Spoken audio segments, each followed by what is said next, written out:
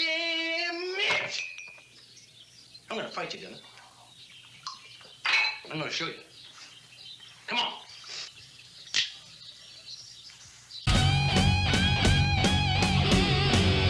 Welcome back to Kirill Smashes Acting. I'm Kirill, actor, educator, cat enthusiast. I hope each and every one of you are staying safe and really taking care of your family during this time. I know that I will be mostly stuck in my house now, so expect to see a lot more videos. I'm also going to be doing a bunch of live streams where we're going to be watching movies or TV shows and breaking them down. So if you're interested in joining the live streams, check out Kirill_Smash on Twitch.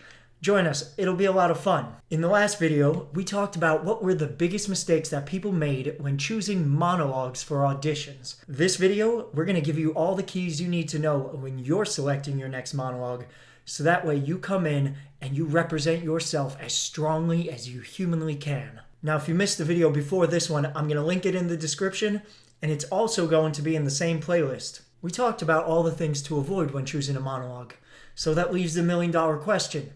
How do we choose the correct one for us? Here's a list of things I want you to think about when you're selecting your next monologue. First things first, it has to be self-explanatory. Meaning that whoever's judging you or whoever the auditors are don't need to know the entire story of the play or the film to know what it is you're talking about. You want them engaged with you at all times. If they're thinking about anything else except your performance, you've lost them. And if it's a very competitive audition, like an MFA program or a BFA program, if you lose them even for a moment, you're not going to get them back. So whatever piece you choose has to be its own self-contained story.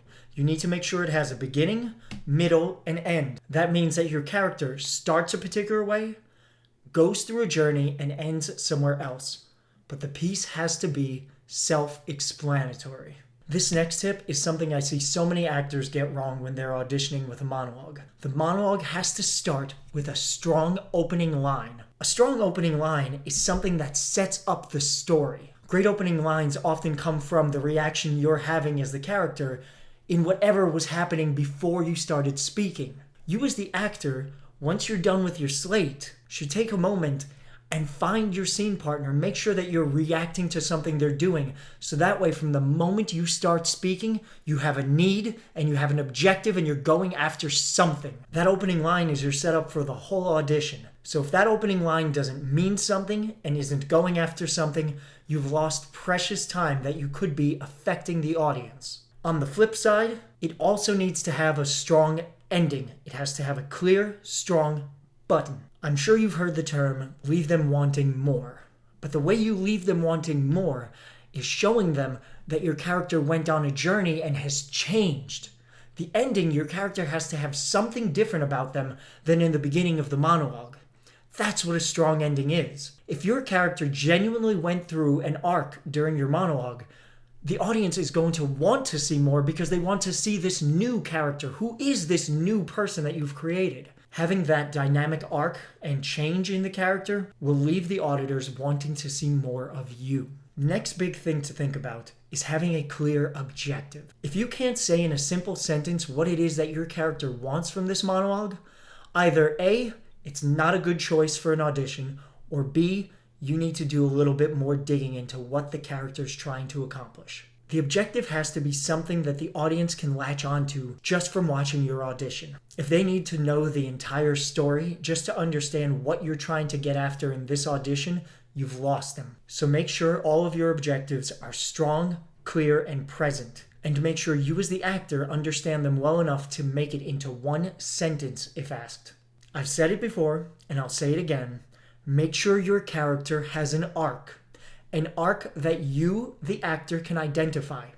You should be able to say, my character starts as this. During the journey, they have a moment of epiphany where they have to change, and you should be able to identify that epiphany. And then you should be able to say they end up as something different. Having this clear story arc will make your audition dynamic. There are going to be so many other people at every audition you go to that neglect creating that arc. And if you do that and you create a clear arc, you're already where you need to be. Your job as the actor is to tell a clear story. And if you know your arc, you will be able to tell that story. This one might be obvious, but choose a monologue you connect with. Find something about the monologue that strikes you as a storyteller. I know I personally connect with romantic comedies, so I choose a lot of monologues based on that. So find what you connect with. Make sure you connect with it physically and emotionally. This should be a monologue you're excited to do, a monologue you're excited to show. Not one that you're nervous about, but one that you really can't wait to show people. Also, make sure you know your audience. This might sound obvious, but know the type of work that wherever you're auditioning goes for. Sometimes you might need to keep your monologue kid-friendly. Or if you know the season and you know it's dramatic, you know to choose at least one dramatic piece. Do some research on the theater or company you're auditioning for and what their season is. See what kind of work they've done and what kind of work they're going to be doing. That way you're not going into it blindly. I hope you enjoyed this video. Hit the like button, subscribe, leave a comment down below on some of your best tips on how to select audition monologues. Remember, coming up, we're going to be having a lot more videos since I am stuck in the house. We're also going to be doing a lot of live streams, so check that out at Kirill_Smash on Twitch TV. Link will be in the description. This here is Harmony. She came in extremely feral. We actually thought she was a boy. She's now fixed. She's a little bit sick. But we got her used to being around humans, and hopefully she'll find her forever home soon. Say goodnight, Harmony. Good night, Harmony.